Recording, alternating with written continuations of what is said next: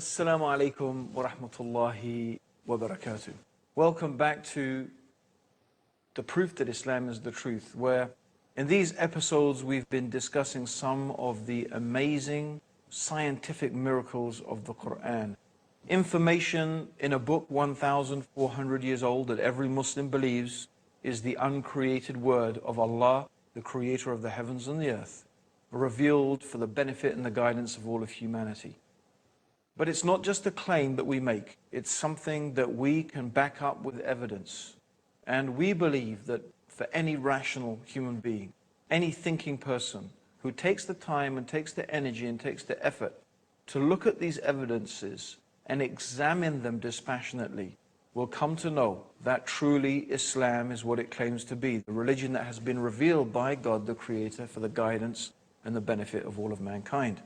And in our last episode, we were talking about some amazing facts in the Quran concerning the universe, how the Quran had described the universe is expanding, that the universe has a common origin, and that the universe that we know it as today was formed out of a gaseous mass, and how all of this information was only discovered recently. Let's look at some more verses of the Quran concerning cosmology.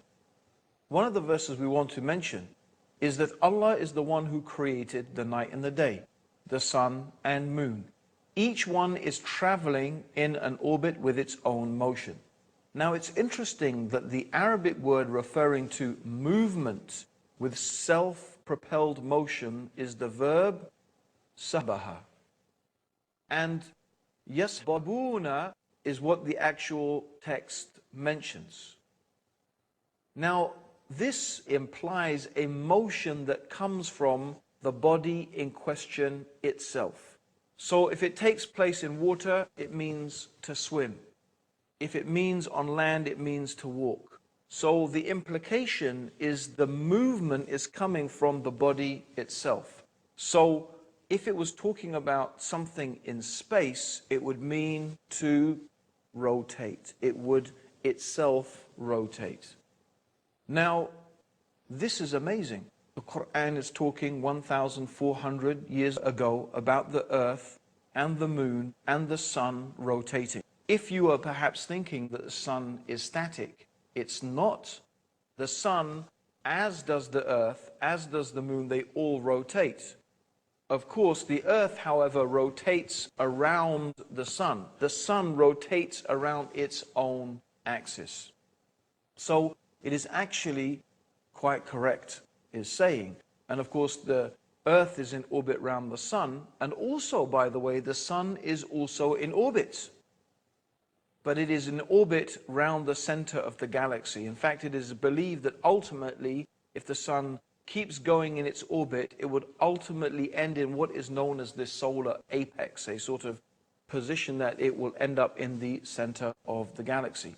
So what we find here is that the Quran is talking about things that no one could really know this information 1,400 years ago. It is scientifically accurate. The idea of the alternation of the night and the day and of the spherical nature of the earth is actually implied in the 31st surah and the 29th ayah of the Quran. Have you not seen how Allah merges the night into the day and the day into the night?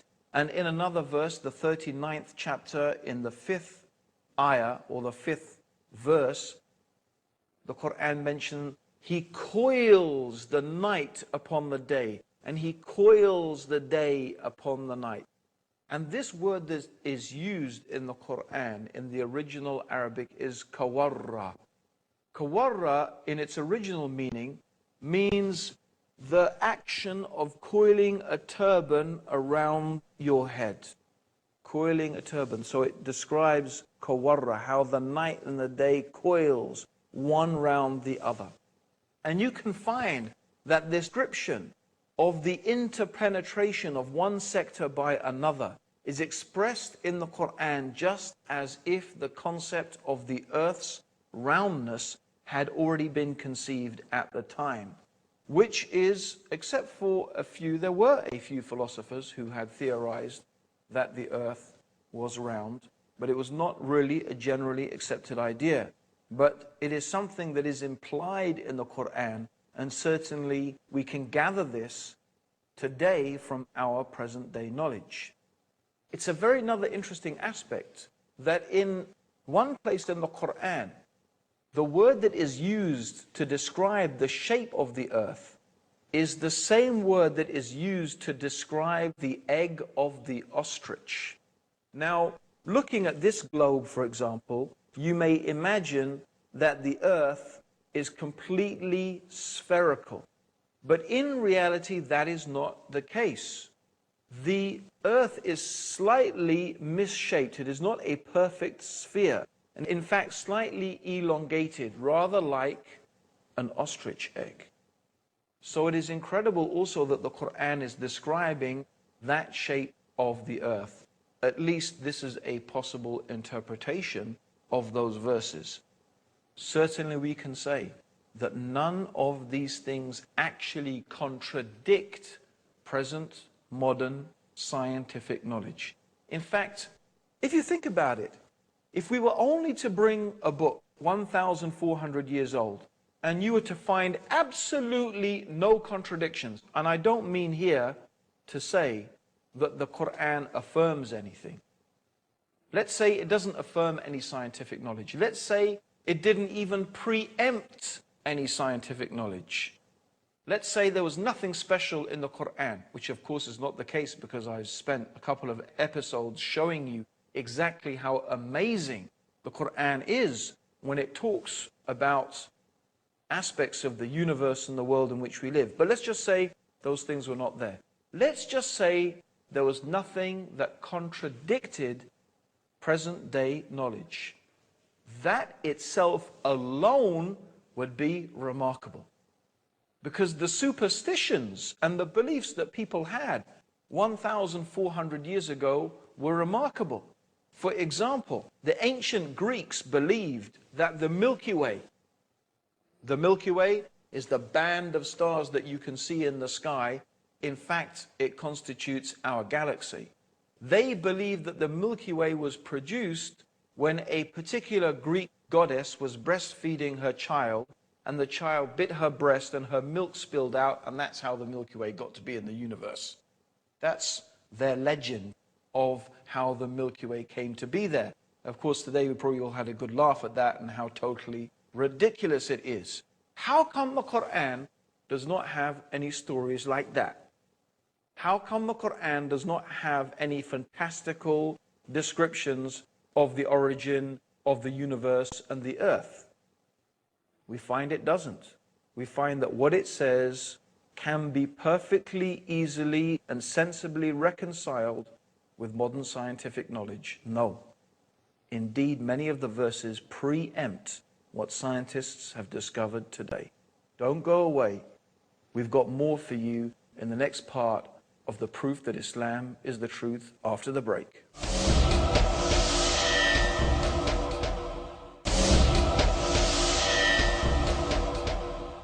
Assalamu alaikum, welcome back to the proof that Islam is the truth, where we're talking about some of the amazing scientific facts in the Quran that have been only discovered recently with modern scientific knowledge. Yet these things were mentioned in a book 1,400 years old. Let's look at some more of the amazing statements in the Quran. In the 10th surah, in the 5th ayah, the 5th verse, it says, "It is He," meaning God, Allah, "who made the sun a shining lamp and the moon as a light, and measured out their stages." Now the Quran describes the sun as siraj. Now the word siraj means torch, means it's something that generates its own heat and light. Whereas the moon is described as a nur. Now a nur means a light that is originating from another source.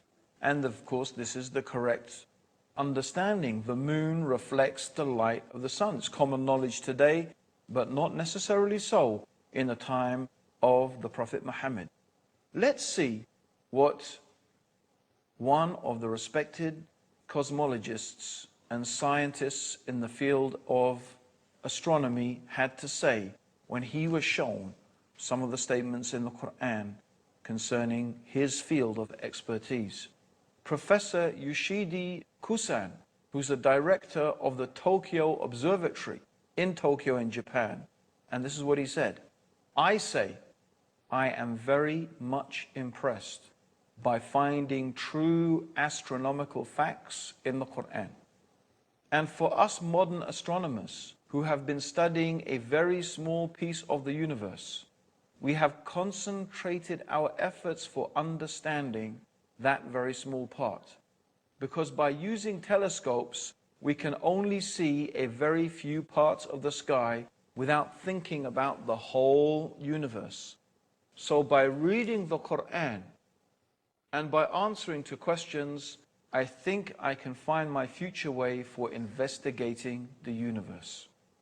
What he's saying is that the one who is writing the Quran, the one who is revealing the Quran, the one who is speaking the words of the Quran, is talking as if he is looking at the whole universe together, as opposed to the scientist who concentrates on observing this bit or that bit of the universe, which is what most astronomers do. Who is it that sees the whole universe altogether? Who is it who sees all things in all places in all times, except Allah, the Mighty, the Wise? So these are some of the amazing scientific facts, and we're going to move on also to another area that particularly interested me, because when I was at school, one of the subjects that I studied was geography, and a sub-subject of that was, of course, geology.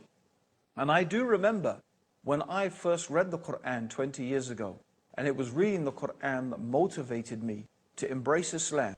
One of the things that stuck in my head, and I remember it until today, was coming across the descriptions in the Quran of mountains. So let's go through some of the things the Quran says about mountains. For example, in the 78th surah, in verses 6 to 7, Allah says, have we not made the earth an expanse and the mountains stakes?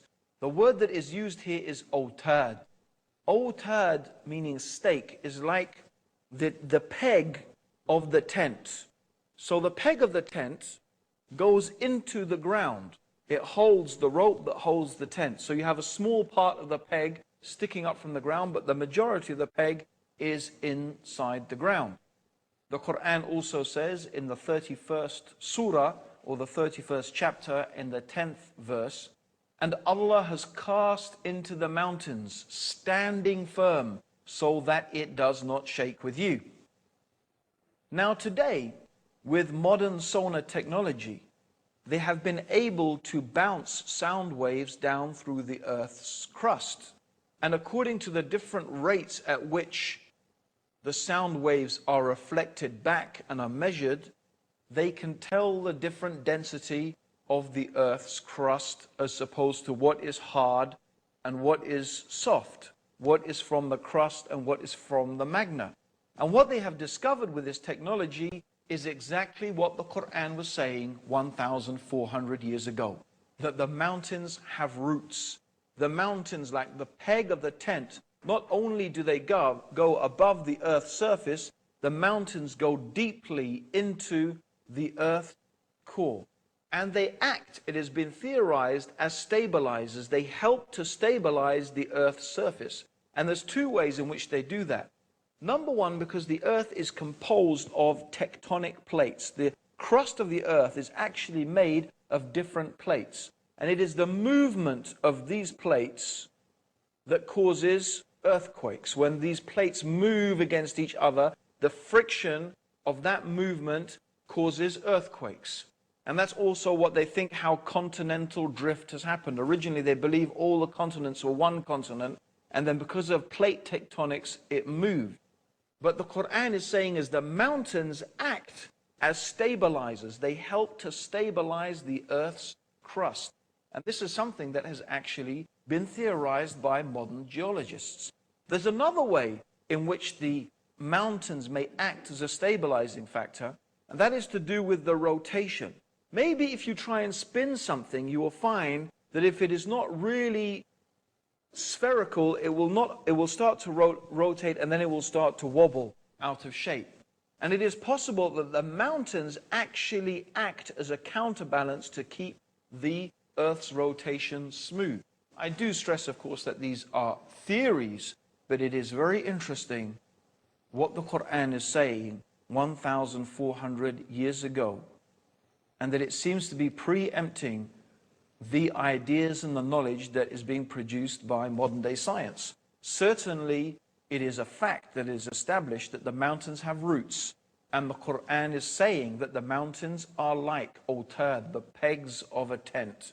So this is a remarkable scientific fact. It's one I remember sticking in my mind when I first read the Quran about 20 years ago.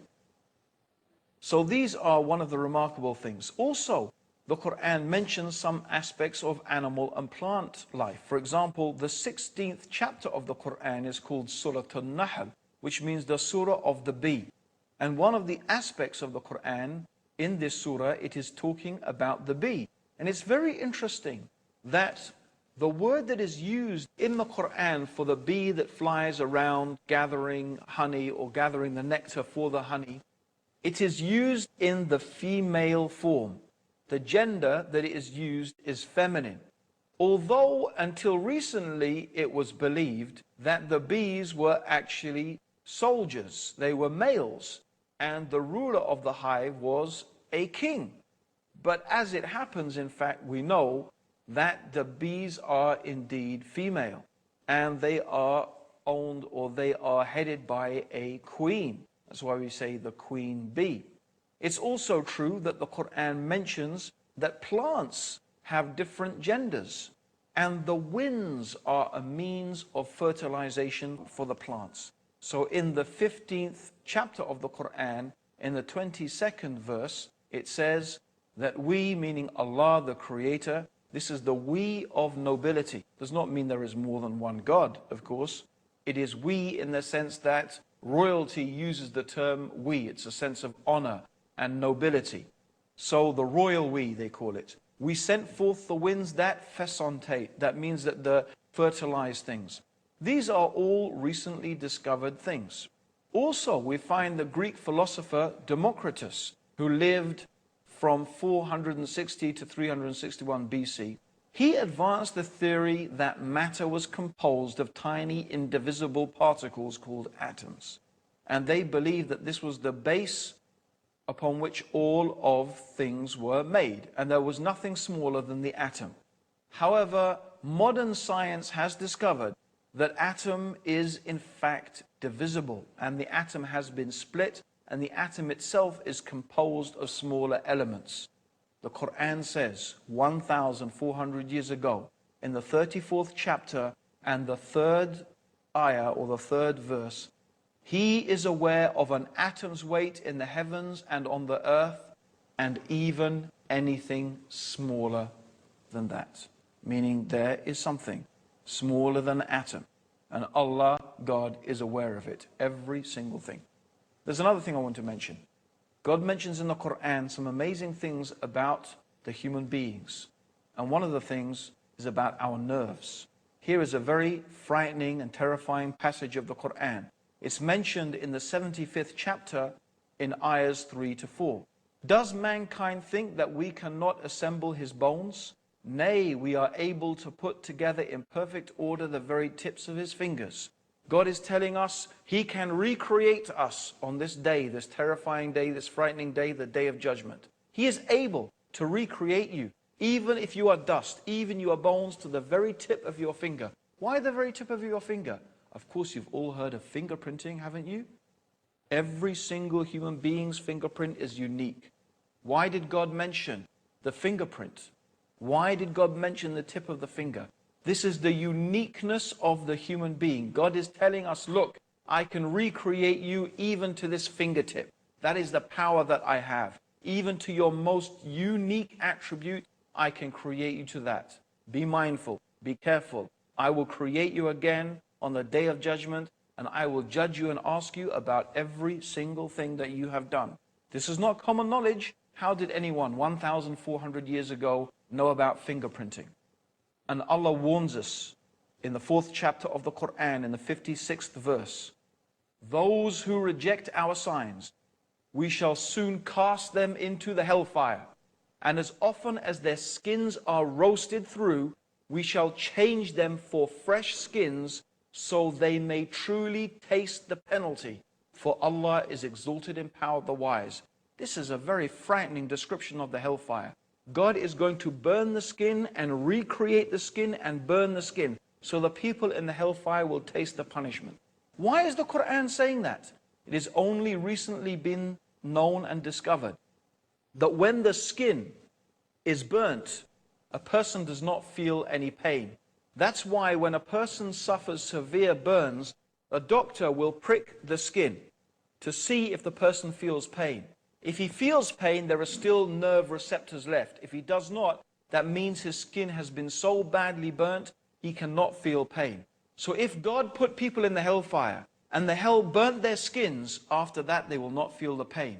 So Allah is going to recreate the skin again, so they will keep on tasting the punishment. It is a very severe warning from the one who has created you. He knows you better than you know yourself. And He is warning you in His book of His knowledge and His ability, that if you do not believe in Him and follow His guidance, see what is waiting for those people who reject the faith. My dear listeners, we have only one more thing we want to mention. The tree of Zakum, which will be the food of sinners, and it will be like boiling oil that will boil in their bellies, like the boiling of scalding water. Taste this, Allah says in the Quran. Verily you are pretending to be the mighty, the generous. Look at those arrogant people, pretending to be mighty, pretending to be generous, but taste the tree of Zakum that will boil in your belly. And it says they will drink a water that cuts their bowels to pieces. It is very interesting that thermal receptors are not present in the intestines, but it is in the bowels. And the contents and the receptors in the bowels are highly sensitive. It's a very, very sensitive area, and that is where pain is initiated. It's not a common knowledge 1,400 years ago, but it is a fact that is mentioned in the Quran as a stark warning to all those people who reject faith in God. God has combined the scientific facts with the severe warnings of those who disbelieve in Him. Our invitation is to invite you to His mercy, to His guidance and His forgiveness by accepting these truths, the proof that Islam is the truth. Join us in the next episode for some amazing prophecies of the Prophet Muhammad and the Quran. And until then, may God's peace and blessings and guidance be with you. Assalamu alaikum wa rahmatullahi wa barakatuh.